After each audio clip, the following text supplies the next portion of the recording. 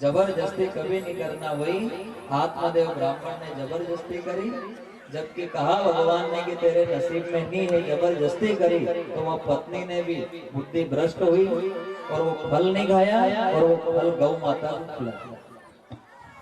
और संत का दिया हुआ प्रसाद कभी भी ठुकराना नहीं चाहिए। कहते हैं कि 9 महीने तक पंडित जी की जो पत्नी है धुंधली नाटक करती रही, 9 महीने तक पागल बनाती रही, मैं गर्भवती हूँ। इधर आत्मदेव ब्राह्मण फोकट में ही मैं पिता बनने वाला हूँ, पिता बनने वाला हूँ, ढोल नगारा बजा। 9 महीने पूर्ण हुए, छोटी बहन का बालक रातों रात हो गया। और कहते हैं 4 प्रकार की संतान होती है। कितने प्रकार की? 4 प्रकार।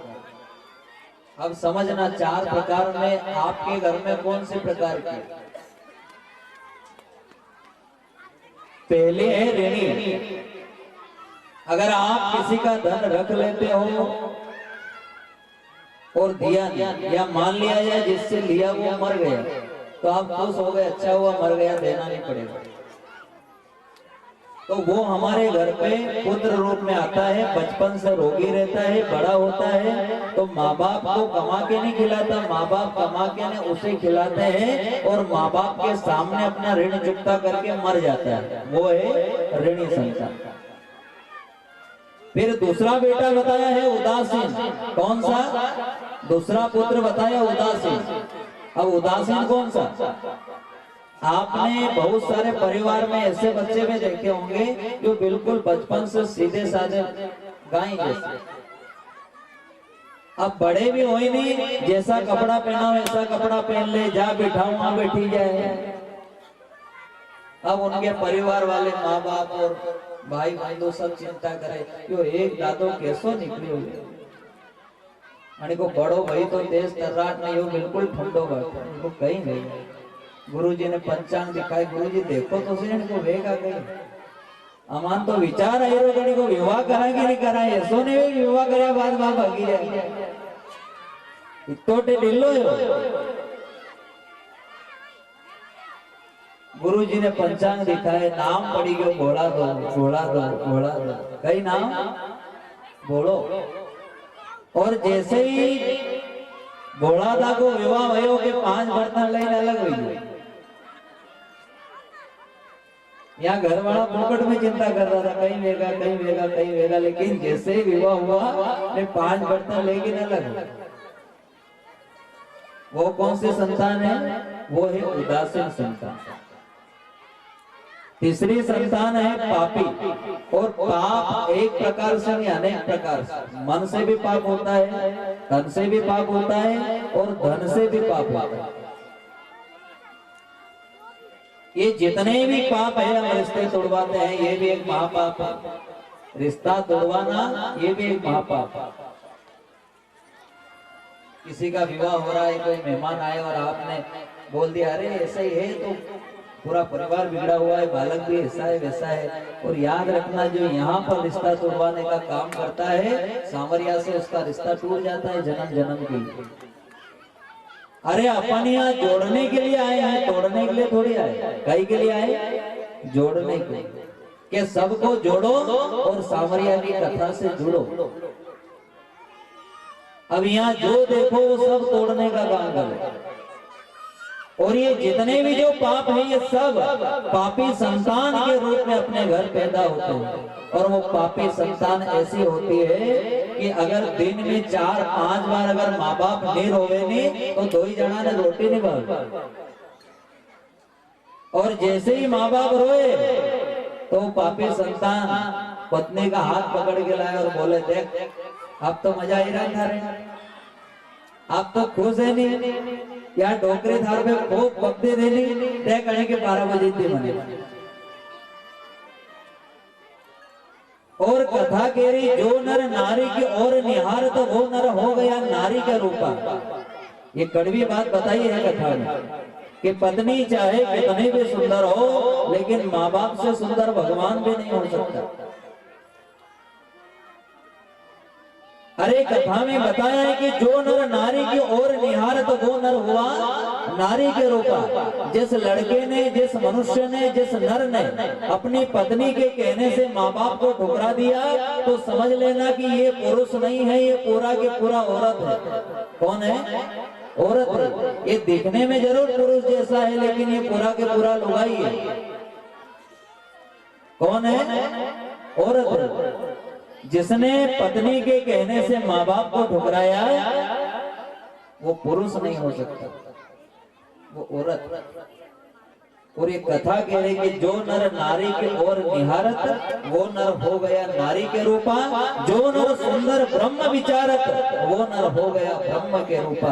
जिस प्रकार यहाँ का कामी मनुष्य अपनी पत्नी में अपना ध्यान लगाता है, उसी प्रकार अगर इतना ध्यान वो भगवान में लगा ले तो उसका बुढ़ापा सुधर जाएगा, जीवन सुधर जाएगा,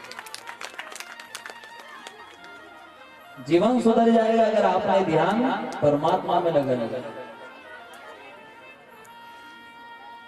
और चौथी संतान बताई है पुण्य संतान। आपने ब्राह्मणों की सेवा की, गौ माता की सेवा की, अच्छा कर्म किया, अच्छा धर्म किया, माँ बाप की सेवा की, धर्म की रक्षा करी, धर्म की ध्वजा लहराई, तो आपके घर पे एक ऐसा भागरथ पैदा होगा, ऐसा पुण्यशाली बेटा पैदा होगा कि आपकी कहीं पीढ़ियां तार देगा। वो पूरा परिवार साथ लेकर चलेगा, अपने परिवार को बिखरने नहीं देगा। ऐसी संतान आपको भगवान देगा। लेकिन ऐसी संतान कब देगा? जब आप सबको जोड़ के चलोगे, तोड़ के चलोगे तो ऐसी संतान नहीं मिलेगी। अगर आप सबको जोड़ के चलोगे तो आपको भी ऐसी संतान मिलेगी जो पूरे परिवार को बिखरने नहीं देगा, साथ लेके चलेगा। वही आत्मदेव ब्राह्मण ने जबरदस्ती करी तो वही पापी संतान। कहते हैं गौ माता के गर्भ से भी एक बालक का जन्म हुआ जिसका नाम गोकर्ण हुआ, जिसके बड़े बड़े कान हैं। अब वो तो गीता भागवत करे हरिद्वार चले गए और इधर ये जो है धुंधोकारी, इसके अत्याचार देखकर आत्मदेव ब्राह्मण दुखी हो गया और कहा प्रभु तो मुझे बांझ ही रख देता तो अच्छा था। वही फिर उसी सागर में मरने के लिए गए और वही भगवान फिर सत्य बन के आए और कहा कि तू तो आज भी बांझ है रे, तेरे नसीब में पुत्र नहीं थे। फिर वो कौन है? वही भगवान ने पूरी कथा सुनाई कि 9 महीने तक तेरे साथ कपट हुआ चल, वही शब्द की चोट लगी और वही पीले वस्त्र धारण किए और भगवान की भक्ति में लग गए। इधर वही धुंधोकारी उल्टे कर्म में लगा है, 7 वेश्याओं को लेकर आया। कहते हैं माँ को भी घर से बाहर निकाल दिया, धुंधली भी मर गई, 7 वेश्याओं ने उसे भी मार दिया। अब वो प्रेत बन के भटक रहा है। और ये जो भागवत कथा है, इसी भागवत कथा से उसको प्रेत योनि से मुक्त करके परमात्मा से मिला।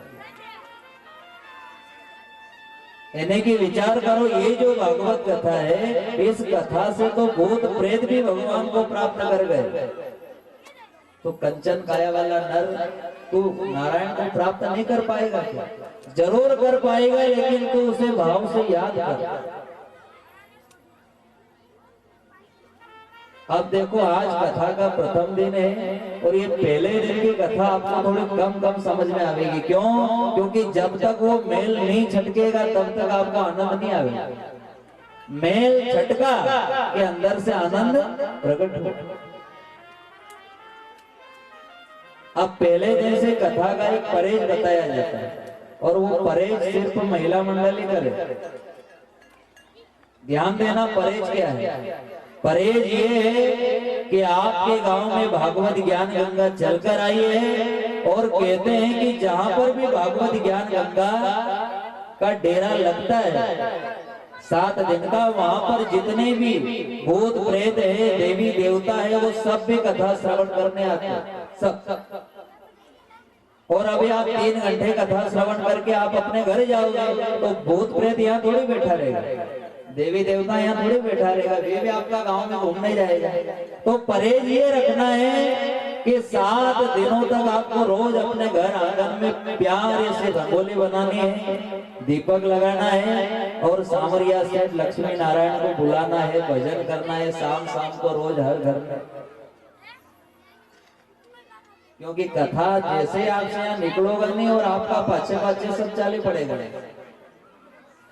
अब वो विचार कर लेंगे कि जिसके घर के आंगन में रंगोली बनी हुई है, दीपक लगा हुआ है, उस घर में तो देवी देवता चले जाएंगे, और जिस घर के आंगन में रंगोली नहीं है, दीपक नहीं है, तो भूत प्रेत विचार करेगा कि अपना भाई बंधनी घर में रहे, अपन यहाँ चला।